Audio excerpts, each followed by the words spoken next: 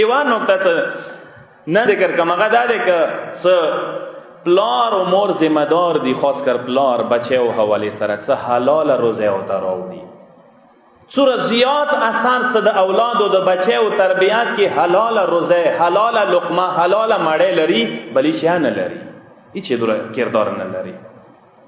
تاسو یاد وساتئ کله بچی ته حلال مړې ته ورکړي، حلال روزه او تراوړي، حلال ونه خوري، هغه خبري اثر کوي، هغه حدیثونه اثر کوي، هغه مجلسونه اثر کوي، هغه متمونه اثر کوي. بیا اما که حرام وخوري بیا چېونه اثر نه کوي، هغه باندې هغه بیا استاد خبري اثر نه کوي، پلار خبري اثر نه کوي، عالم خبري اثر نه کوي، آیات الله مجتهد ته کینه او خبري ور باندې اثر نه کوي.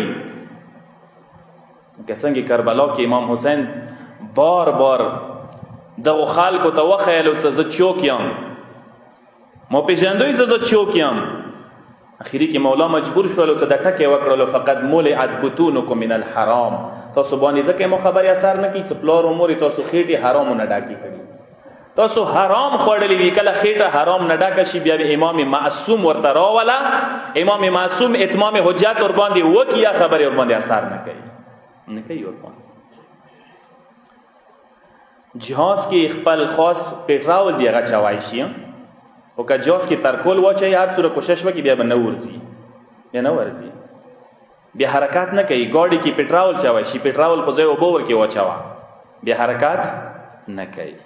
اندیشان سره بچی دی اولاد دی که غواړي چې اسلامي طرف ته حرکت وکړي، دین طرف ته حرکت وکړي، ایدي پټراول چې کوم دی بهترین شای چې کوم دی حلاله روزه ده، څه حلاله مړې ور باندې وخوري.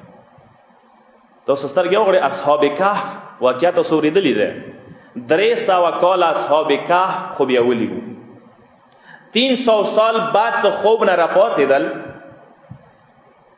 وږي وو، غوښتل څه مړې وخوري.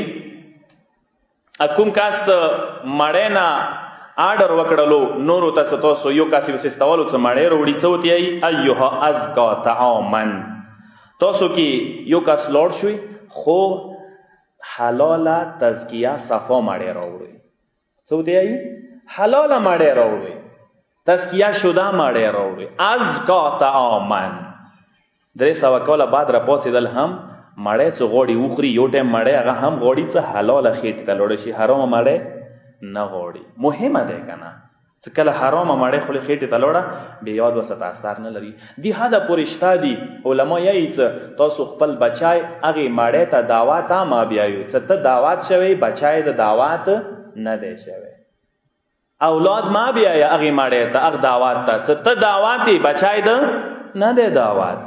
او خاص کر بیا هغه ځای چې خونه دی تنګ، ځای دی تنګ، مړې بهر نه دی، یو مړې اندازې څه دی، فیض کشنی او عالم دین مجتهد تیر شوی دی، هغه څه کچېرې ځای تنګ، خونه تنګه او میزبان مړې باندې د بچی او رضي نه دی، مثال چې تا راوستل که هغې دسترخوان کې د کېنول مړۍ وخوړله، د سوی څه حرامه مړۍ وخوړه، حرامه مړۍ وخوړه. دې حده پورې اسلامي تعلیمات نزک دي، نزک موړ باندې ځي. موږ پروا نه کوو چې بچیو باندې حرامه مو خوړه که حلاله مو خوړه، ځکه هېڅ روایت دی شیطان څو ځایه ډېر خوشحالېږي، شیطان څو ځای ډېر خوشحالېږي، موقعو ته میلویږي چې اوس زه نفوذ کوای شم، اوس د سړی ګمراه کوای شم. څو ځایونه دي، یو ځای اندا دی چې کله حرامه مړی چوخوني ته راشي، چوکي خوري، حرامې مړی باندې چوک ناست وي، شیطان ډېر خوشحال وي. حرامه به څنګه نه وي، موږ تاسو زندګۍ لږ وکسوئ، څومره فراډ دی زندګۍ کې، څومره فراډ دی. که دکاندارۍ کوو فراډ ورکې کوو، تجارت کوو فراډ ورکې کوو، 2 نمبر شی 1 نمبر په نامې ورکوه، عیب ورکی عیب پټاوه، کوشش کوه مثلا قسمونه ونه خوره، قسمه قسم طریقې سره فراډ وکړه چې د شای خرڅ کې ته دوکې شته که نشته دي اسلامي معاشرو کې، څومره دوکې دي. خو چې کله دوکې سره د شای خرڅ کو، عیب دې پټ کو، مثلا دوکه د ورکې وکړه، خو کومې پیسې د وخت حرامې شوې که نه، مغه پیسې څه حرامې پیسې راوړي، بچی ونه خوري، څه اثر به وکړي، څه نتیجه به وځي هغوی. یا اندیشان سره خمس و زکات نه وبسله، نه وبسو، کوشش کوو ځان ته نه وساتو، کوشش کوو کنارې ته لوړ شو نه.